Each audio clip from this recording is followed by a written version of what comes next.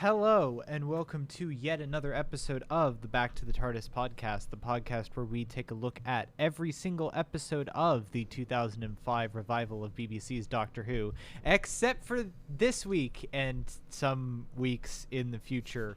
I'm Jeff. I'm Skylar. And I am Gamzee.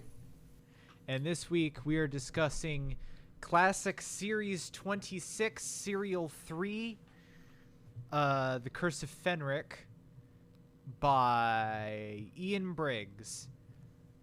This is the penultimate serial of the classic series. It's another 7 and 8 story. What can I say?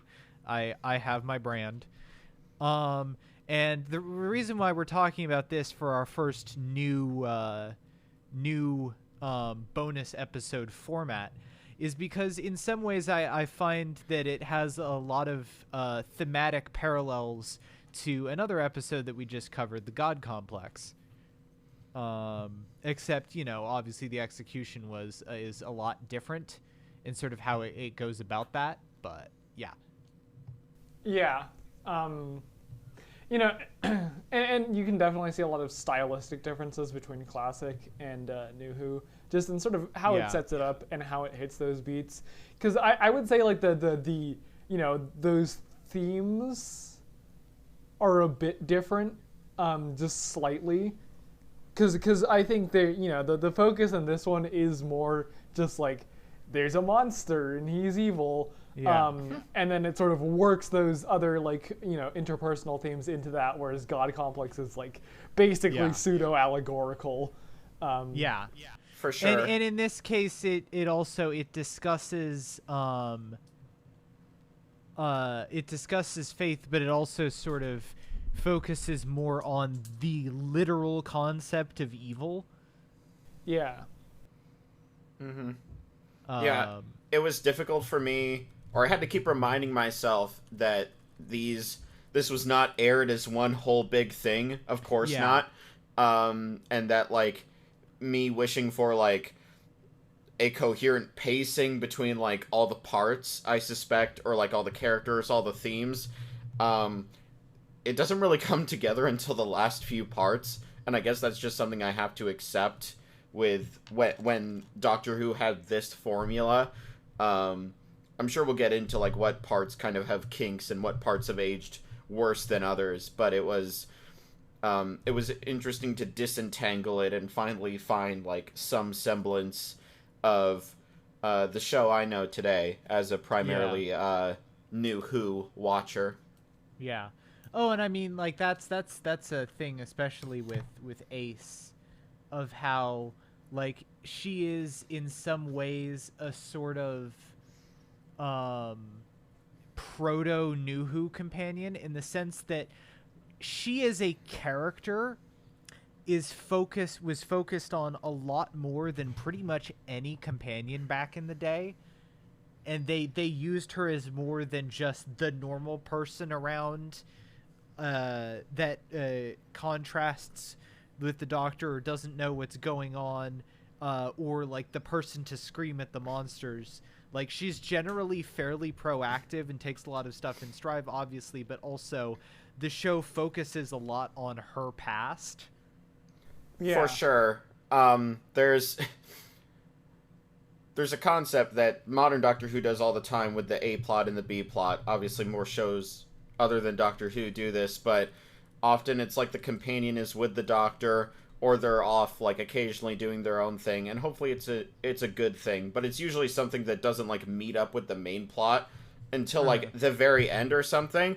And here Ace has a lot to do. There's she doesn't just have a B plot, she kind of also has a C plot. She's interacting with a lot of different chess pieces on the board, to use the Doctor's terminology.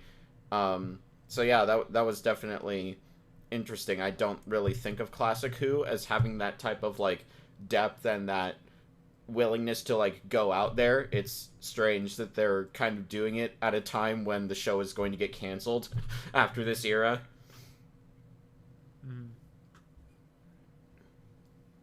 Yeah. So yeah, we start off with the Doctor, and this is another Seven thing of you know, when he lands, it's not a, oh, I wonder what's happening here. It is a, there is a specific reason why I am here, and I am going to do a thing. Yeah.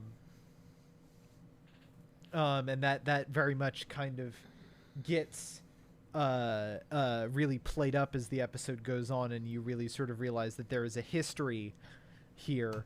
We're introduced, you know, we are in 1940s England. We're introduced to some Russian soldiers, the occupants of a military base, along with their commander and a doctor who's working on a code breaking machine to break Nazi codes.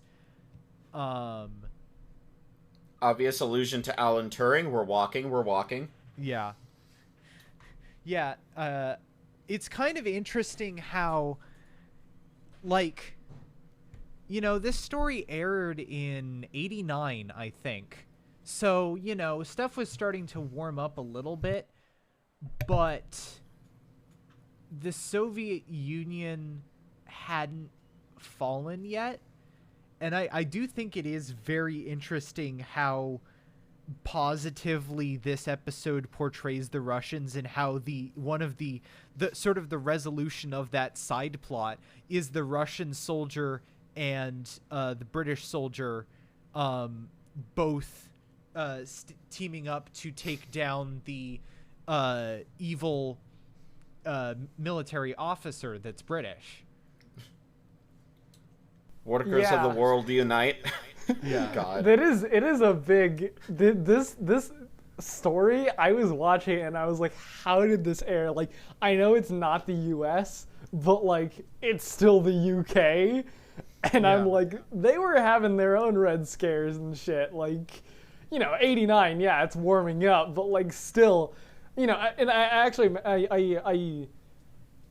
think it probably did cause some controversy. I mean, especially having Ace. I mean, because that's the interesting thing I noticed with Ace. Like, she seems to be at least like lefty-ish because of her, you know, patch and shit. Oh yeah, no, she absolutely is. Yeah, and I'm just like, it's interesting that they wrote the show in such like a blatant way, and we're getting away with it. Because like, if you tried to like write a character like that today, people would be like off their shit like so hard. No, Gamzee. You see, Classic Who isn't political, so it's okay. Yeah, no, and it's interesting because for especially a story set in World War II, not only do Germans never actually appear on screen at all, the villain of the episode is British establishment, like or at least, well, there's the evil, but like the other secondary villain that isn't the literal embodiment of evil and its minions is this fucking military officer who's gone so far down the rabbit hole of wanting to beat the Germans that he doesn't really pay attention to the fact that he himself has become a fascist. Yeah, there's some very unsubtle stuff with that, where he has his office designed after a Nazi office, and the doctor's like, he's just getting in the head of his enemy, but like, no. Yeah. Sure he it's is, like, buddy. Wow, I wonder what that symbolizes. Yeah. No, it's like, wow, this came out like, God, like, I'm just thinking about that. This came out in '89, and the fucking Winston Churchill hagiography episode came out in 2010. God. Like, that's crazy. I'm trying to think if I know any other like media that's like about a conflict in World War II that like really doesn't involve the Germans, but is like has like other shit going. I'm expressing this poorly, but I'm trying to think, like, is there anything like World War II setting that's like similar to this, and I can't think of anything off the top of my head. It's interesting how they use the setting. Yeah. And it's also like I mean, I don't remember if they are ever told, but like the Russians never are like, it is the British side that is the like, yes, we are going to use chemical weapons to commit war crimes to the Russians after the war ends and we're no longer allies. Like, it is the side of the British army that is hard put in an antagonistic side in this conflict. Yeah, you couldn't get away with that without, like today, without getting some eye rolls from Turf Island. But who knows? Maybe we're just missing context. Maybe this did cause like a thing. Probably not as much of a thing because the internet like was a fetus. So, but yeah, it doesn't pull any punches politically. It's just like, no, there's. Especially, it's a theme that's hit upon very early to this episode, even though it's not an episode, shut up. To the credit of this story, with the vicar saying, like, I don't think there is, like, a right side that God is on. That is just like, oh, it's okay if we do anything because we're British, I don't know, Anglican nationalists. I don't know what faith is part in. But, like, that idea, that I like as a progressive Christian, I often like say to people that it's just like, hey, the faith doesn't just unilaterally find you to be like good. So that idea repeated again and again through the faith, through the military, it's good stuff, basically. Yeah, and it's very much like, I find it super like the character of the priest, even though he dies in the end, obviously, like, has been one of the things that sort of stands out in my mind the most of sort of my memories of this episode, because it's such an interesting, like, you don't see that sort of thing that often, and how it very much is in the sense of like, hey, we're still causing this violence to innocent people, and that's not okay. Yeah, there was, I didn't really get the scene where sort of he's confronted for the second time by the like vampire ladies, and they're like, you're not scared of, you know, German bombs bombing the British, you're scared of British bombs bombing the Germans, and he's like, no. I was confused by the implications of that, because it sort of implies he's like a closet Nazi or something. I don't know if that was just like. I think it's less closet Nazi, in that it's more like he has his doubts. He is written as not believing, like, basically like not fairly pacifist in his leanings, and morally objecting to the strategy of, like, you know, like the World War II had like the firebombing of Dresden and all these things where it's like, these towns got completely destroyed, and there were probably a bunch of people who were assholes in there, but there were also a lot of innocents who died who probably were completely innocent and didn't need to die. And I think that's the point that the episode is making, and what that character is about, is that he can't he can't hold that on his conscience. Like, he disagrees with it. No, and I definitely got that. It was just weird that particular scene in specific was just weirdly written with that. But you know, he is definitely a very interesting character. We were sort of comparing him, like, mentally to this character from this famous Spanish story.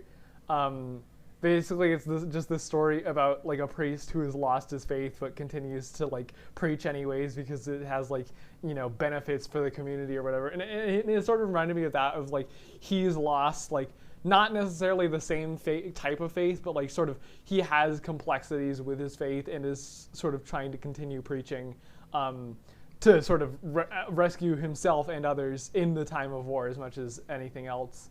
And so, he definitely is an interesting character. And I think for a story that's, like, at its core literally just, like, good versus evil type narrative, it has a surprising amount of interesting things it does with that.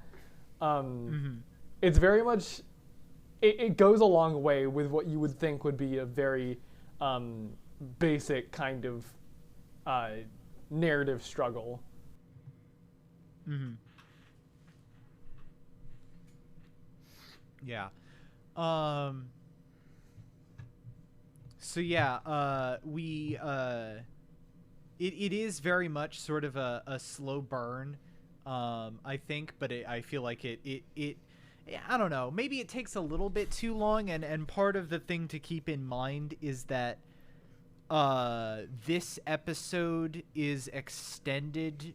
The version that we watched was extended by about 15 or so minutes by putting deleted stuff back in and cutting out all the cliffhangers and just stitching it together. So that might have messed with stuff, but I think it because this episode is fairly character driven, it makes sense that they set everything up because it's juggling a lot of characters. For sure. Are all important in some way, except for maybe some of the random British military officers. Yeah, that's what's strange about like this era, and I don't know if this is specific to Doctor Who or if TV just did this more. Typically, you want efficient storytelling, so you don't go out of your way to do like a ton of like small character moments that don't matter. And I've noticed in classic stories that there'll either be a moment that's just there to kind of like fill space, or it'll end up being a bigger thing, and you can't quite tell. You just have to like wait. Like for example, I thought the woman talking to the vicar, like the introduction scene to both of them, where she's just like, "We're on the right side," and he's like disagreeing with her. I was like, okay, that's a weird thing to have for a one-off character. And then she showed up again, and same with like the two women under her charge. So it's just like, okay, and that's kind of like where the messiness of this story gets to me. It isn't bad per se. It's just obviously I have a different sensibility when like watching TV nowadays and Doctor Who nowadays, but that was something I was noting, is that the characters were kind of getting lost in the sauce sometimes, and the same thing with like all the antagonists, because at first you might think, oh, you know, well, something's fishy with the Russians, and then they subvert that, which is good, but then you have like the hemivores in the two girls, and then you have like the like crusty fish monster people who like also might be hemivores, but we don't really fucking know until like literally the last 10 minutes of the episode. Yeah. So it's like, and then Fenric. So it's a lot, and it might have been easier to digest if I was watching this weekly, or, you know, in whatever way they delivered these parts separately. It's a lot is what I'm getting at. Mm-hmm. Yeah, that's fair. Like, it's really hard to know exactly. Like, it's really hard to like literally know what the story is until you get to the last parts, because literally that's when you find out. Okay, no, these are like, there's this one race from the future, and they're following Fenric, and Fenric is just like a separate thing. So you sort of like work out over time like what everyone's dynamics are, because they're not really ever established clearly until they're like revealed. Mm-hmm. Yeah, I can definitely, I can get that. It's weird coming back to this stuff, because I think like a lot of the times the pacing is like weird comparative to like the rest of Doctor Who. Like I think honestly, like one of the few examples that I can think of is the other classic episode that we've covered for this, Remembrance of the Daleks, because that has a very action-packed pace that honestly is kind of out of is not whatever. It's not indicative of like the pace of the rest of classic, really.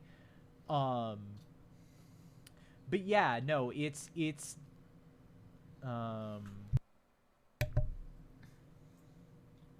yeah.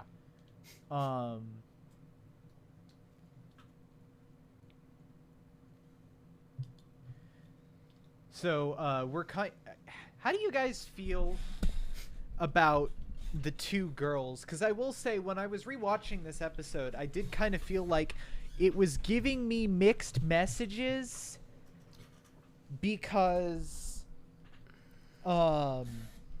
like the like the super conservative lady that's the caretaker for the two girls seems to be treated as sort of like a jackass and in the wrong most of the time. But when they disobey her advice, they do die. Yeah, I found that to be a bit, again, mixed, and it's a place where, like, having all the characters kind of gets messy and convoluted, as I said earlier. I did find it a bit of, like, strange to see how, like, strongly she is painted as the wrong in relation to the themes of the episode of, like, what makes right is right on anyone's side. Like, that idea, she's clearly in the wrong in that framing, but then, yeah, it's...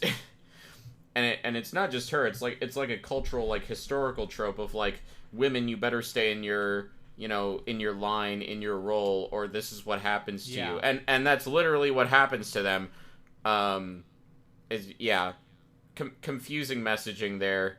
I get why you do it narratively, because you want to have a voice and a face for these people that you recognize and have there be a horror in that.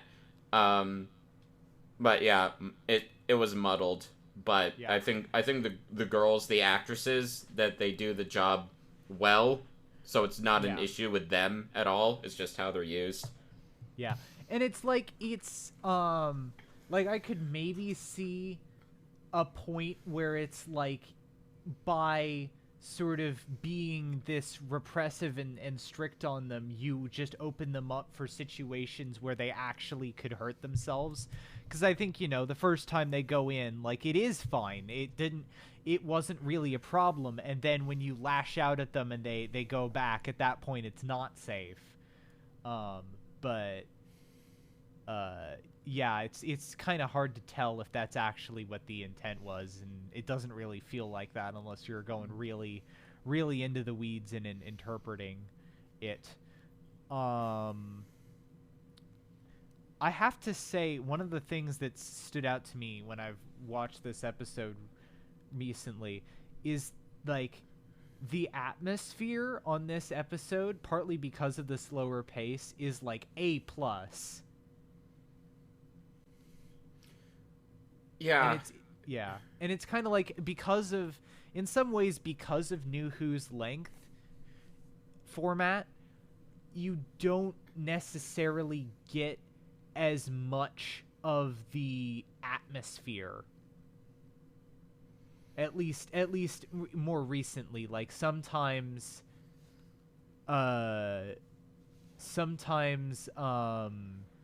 like RTD era had some good atmosphere, and occasionally you get like a Moffat thing that has some good atmosphere, but a lot of the time,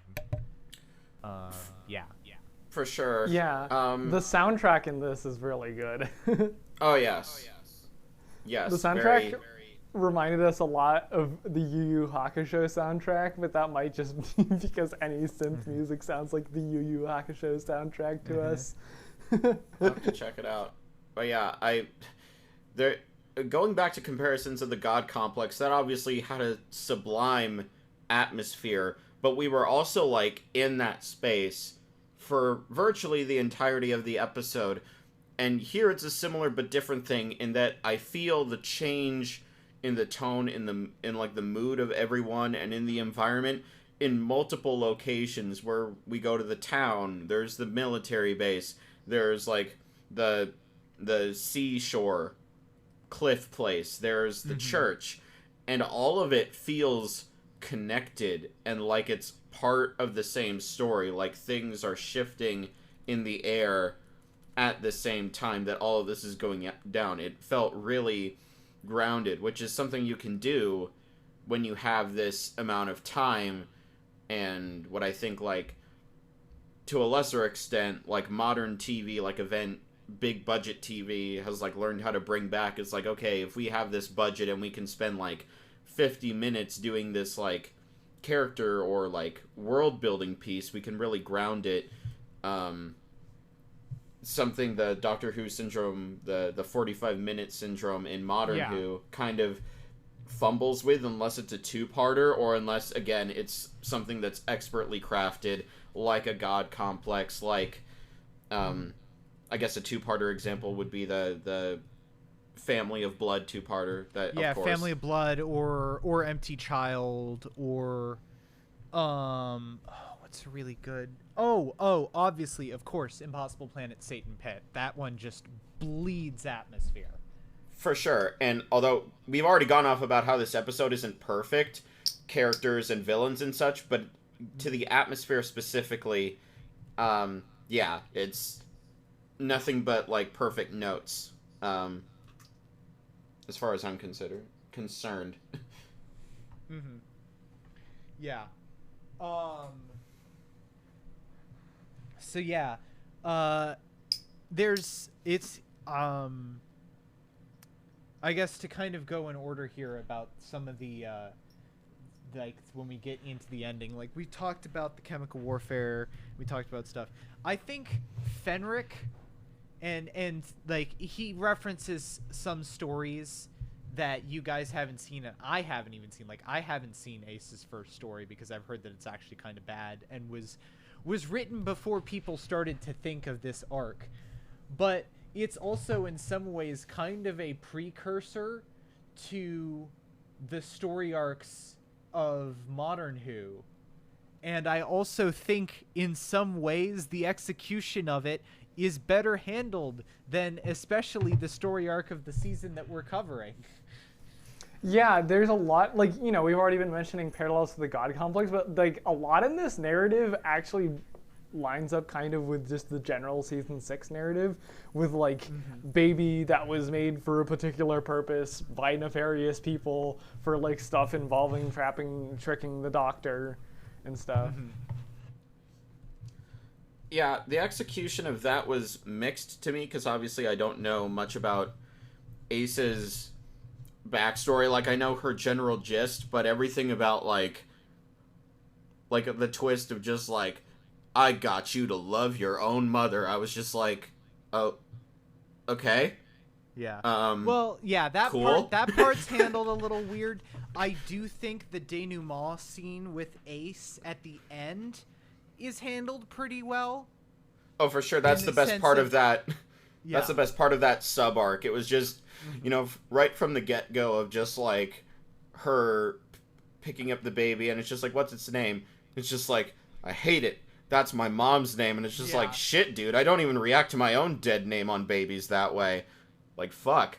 I get what it was going for, but, like, the rest of it was basically solid. There was enough context to be like, oh, okay, there's weight to this. There's history being referenced here that's so specific that it couldn't be, like, an off-screen thing. Like, obviously, Fenric as a character, I think, is an off-screen thing, but Ace's place in it is not. So that's good stuff. Yeah. Am I the only one who, when she picked up the baby and went like, oh, that's my mom's name, I was like, oh, okay, that's definitely her mom. I thought that. No. It's set up, yeah. Like, it's not like you're in a completely different country. Like, you're still in the UK. Yeah, and it's like the exact time period that would be right, and like, yeah. Yeah. Yeah, no.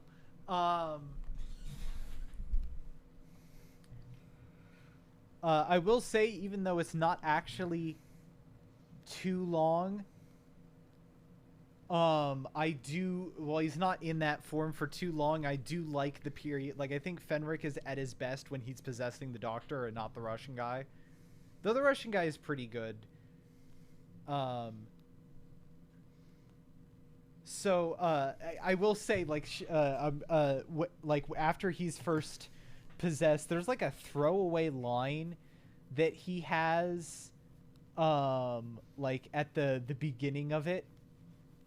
Oh, yeah. where he says like, I was hoping for something a little more Well-Aryan, and it's like they literally make the embodiment of all evil a racist. That was good. It's like, wow. Totally unpolitical Doctor Who.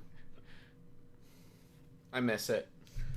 And then, of course, we get the great, probably emotional climax of the entire thing, where Seven... it's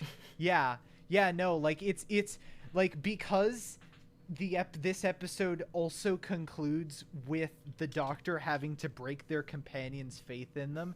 It's interesting how the same effect is handled completely differently. Where again, props to Sylvester McCoy of before he was hired for the role, he was primarily known for being a vaudeville performer. He did comedy, and in fact his first season was mostly dumb comedy shit.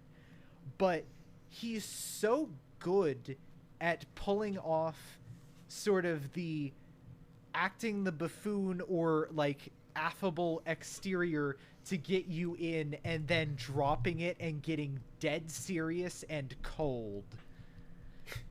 Two's shtick dialed up to 11. Oh well, yeah, no. Two's thing would act the affable idiot, but Two never got that cold. It is a specific Seven thing about how he uses that in a very calculating way. Mm-hmm. And I appreciate him spiritually joining the IDW by defeating Ace in the Marketplace of Ideas. That was sublime foreshadowing there. But yeah, it's a really brilliant scene, and it does make me wish, again, the purpose of this podcast isn't to shit on Moffat or Chibnall. It just happens a lot. But it made me wish that Amy had more of a reaction to 11 being like, yeah, I kind of maybe I did unintentionally groom you, or interact with you to make you favorable towards me, but I took that and I ran with it, and I didn't once stop to think maybe I shouldn't do this, and I knew this would happen, but I did it anyway. That feels like it should have a bigger thing, other than Amy squirting him with a spray bottle thing in the Christmas special, which I can't wait to shit on. But yay! But yeah, this felt really when I mean, Ace is heartbroken, and sure, there may be a little cheese in how she just drops to the floor and says no, but you can understand why. He says a lot of very cruel things. It isn't just him disparaging himself. In this way, he breaks her faith by saying oh, fuck you, I don't care if you die. It's a reversal of that. I thought it was neat. Basically. Yeah, definitely.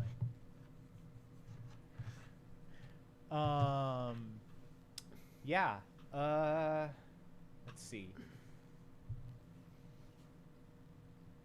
Yeah, and it's a very good execution of an arc, and it kind of, again, RT. I think there's an RTD quote somewhere where he says that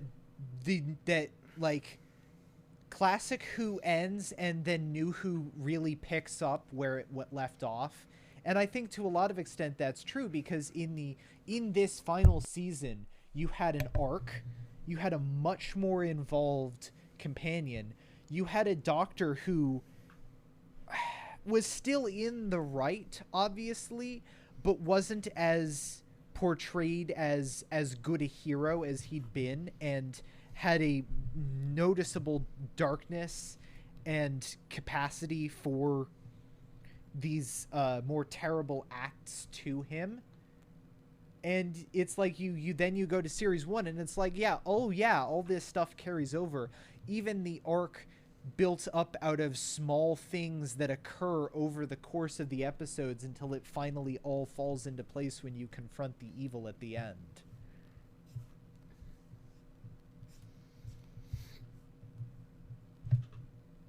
Good shit. Yeah.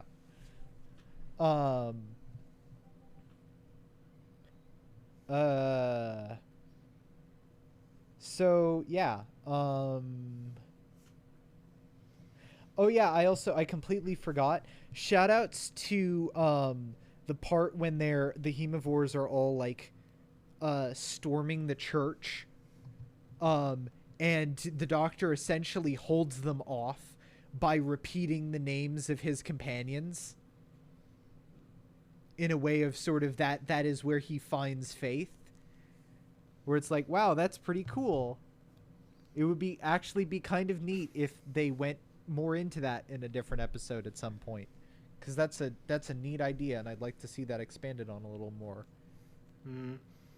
Closest thing I can think of is 12's Mind Palace in Heaven Sent. Yeah, definitely.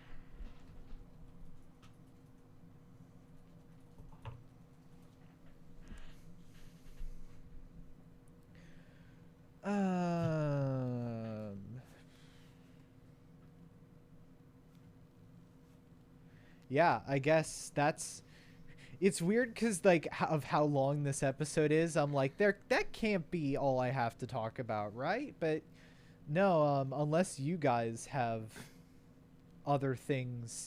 anything, I'm ready to move on to ratings.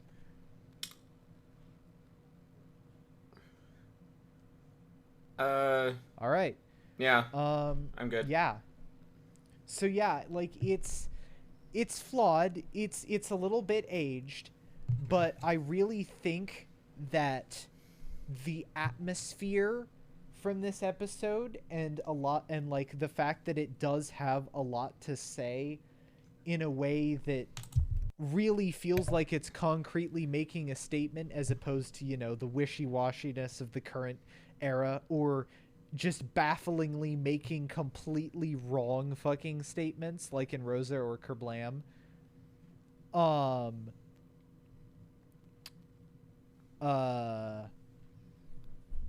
It's like Ace and Seven are obviously a great combo that obviously influenced a lot of where the show was when it came back.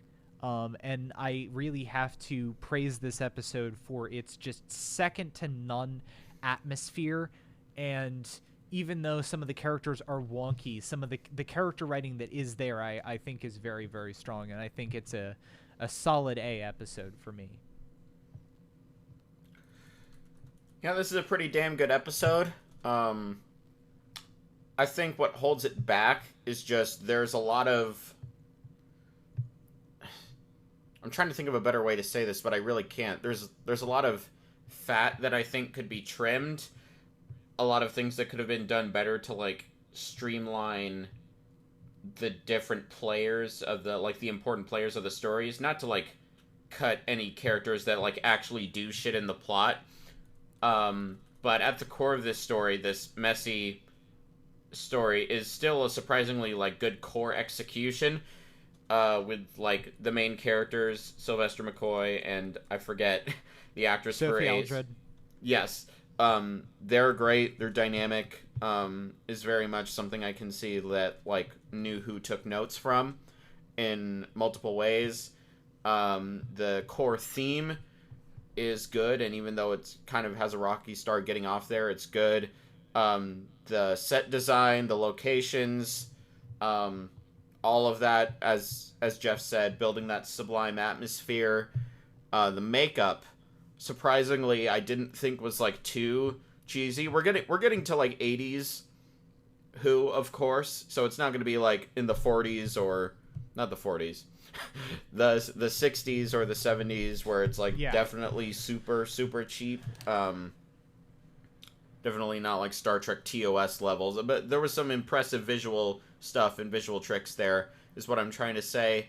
I think, as I said, this episode is a great core, and meh execution. I'll give it a B+, maybe an A if they decided to stick in that reference of Ace losing her virginity, because apparently that was a line they were going to plan to be in there. for some reason. But no, see, seriously. the thing that I don't get about classic Who and Ace is, maybe it's because it was the 80s, but I feel like they keep putting in things to suggest that Ace has slept with people, but it's always men, and I don't think that's very character accurate. Yeah. Baby steps.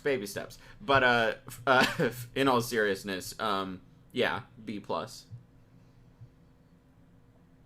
Yeah, I think it's a really interesting story. It starts off a little slow burn, but I think definitely the back half is just very engaging, and I would say fun, almost, like just a lot of the campiness of the horror, because I think it is trying to be horror aesthetics towards the end, and the soundtrack backing that is like cool and fun, and then just sort of the psychological and sort of emotional beats at the end kind of drive it home. So I would say probably like an 8.5. It's a pretty good story. Okay. Yeah. So next week we shall be talking about the Series 6 finale, The Wedding of River Song. Something that I imagine we're probably going to be a lot less positive on. And until then, you can follow the podcast on Twitter at B2TARDISPod and support us on Patreon for a number of benefits, such as early access to episodes, the ability to listen in live to episodes being recorded, and potentially even the ability to guest star on an episode of your choosing. I'm Geoff. You can follow me on Twitter at WheatleyDL. I am a raging homosexual. Follow me on Twitter, you degenerates, at skyhigh9_5. I'm Gamzee, and you cannot follow me on Twitter. Okay. Damn. Did you get yeeted? Well, no, we just abandoned our main. We don't have like a public Twitter anymore. Oh, okay. That's fair. Yeah. You can I'm follow. Gamzee and you cannot find me. Exactly. You can follow them spiritually. Yeah. And we will see you all next week.